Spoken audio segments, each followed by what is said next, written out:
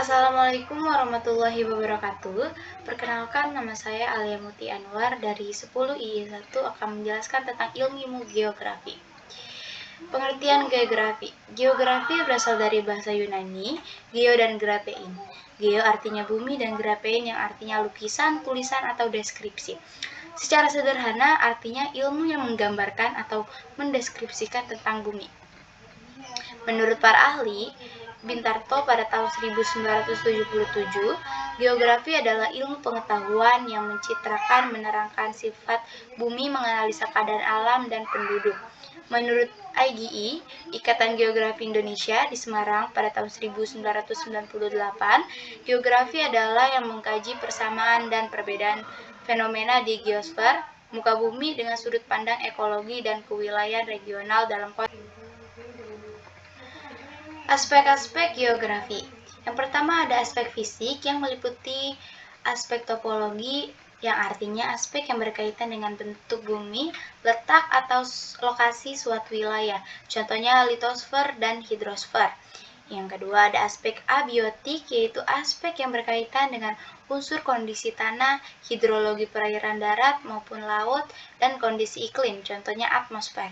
Yang ketiga ada aspek biotik, yang artinya aspek yang berkaitan dengan unsur vegetasi, flora, dan fauna, contohnya biosfer.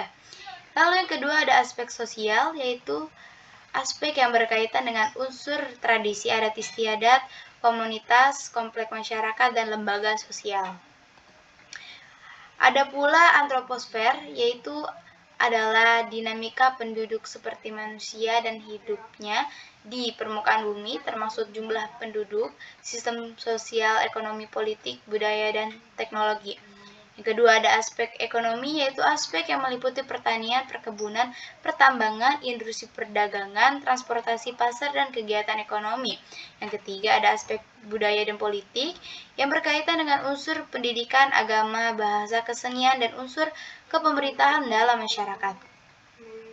Adapun pendekatan geografi dibagi menjadi 3, yaitu pendekatan ruangan, pendekatan ekologi, dan pendekatan kompleks wilayah. Selanjutnya ada prinsip geografi. Yang pertama ada prinsip persebaran, yang artinya gejala dan fenomena geosfer yang tersebar tidak merata di permukaan bumi, seperti bentang alam, tumbuhan, dan hewan.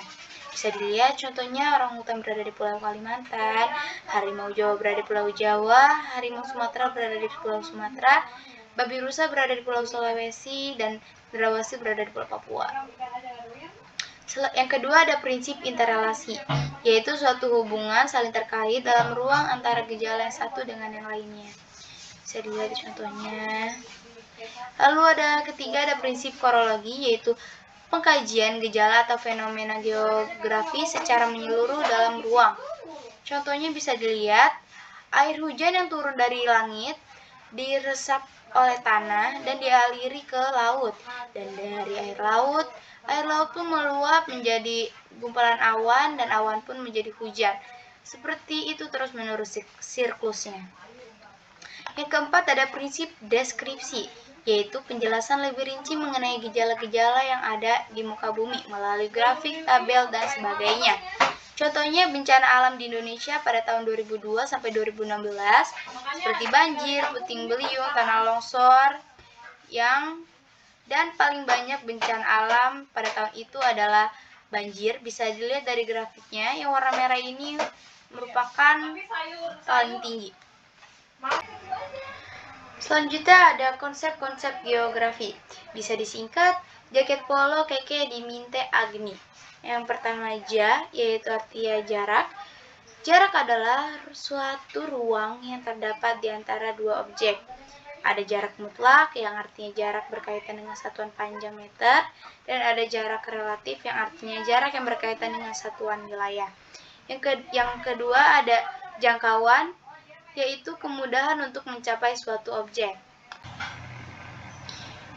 Lalu yang ketiga ada pola. Pola adalah bentuk struktur dan persebaran fenomena di muka bumi. Contohnya pada pola pemukiman dibagi menjadi memanjang, mengelompok, dan menyebar. Lalu yang keempat ada lokasi, yaitu konsep yang mengacu pada kedudukan suatu objek.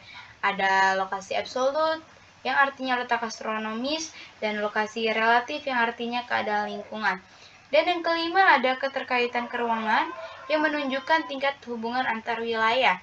Dan yang keenam ada diferensiaria, yaitu karakteristik yang khas dari penduduk sekitar. Contohnya pada penduduk sekitar pantai menjadi nelayan dan penduduk di sekitar gunung menjadi petani.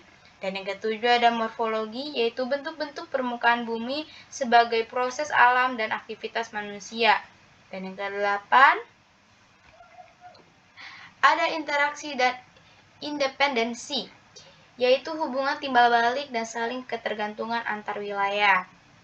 Contohnya di daerah gunung memerlukan ikan, makanan laut yang at least itu berada di laut, dan penduduk di laut pun penduduk di sekitar pantai pun memerlukan sayur-sayuran yang at least itu berada di sekitar pegunungan. Lalu yang kesembilan ada aglomerasi, yaitu kecenderungan pengelompokan fenomena pada suatu wilayah. Kuncinya adalah pengelompokan. Dan yang terakhir, yang 10, nilai guna, yaitu kelebihan suatu wilayah dan memiliki nilai guna yang berbeda berdasarkan fungsinya. Sekian dari saya. Wassalamualaikum warahmatullahi wabarakatuh.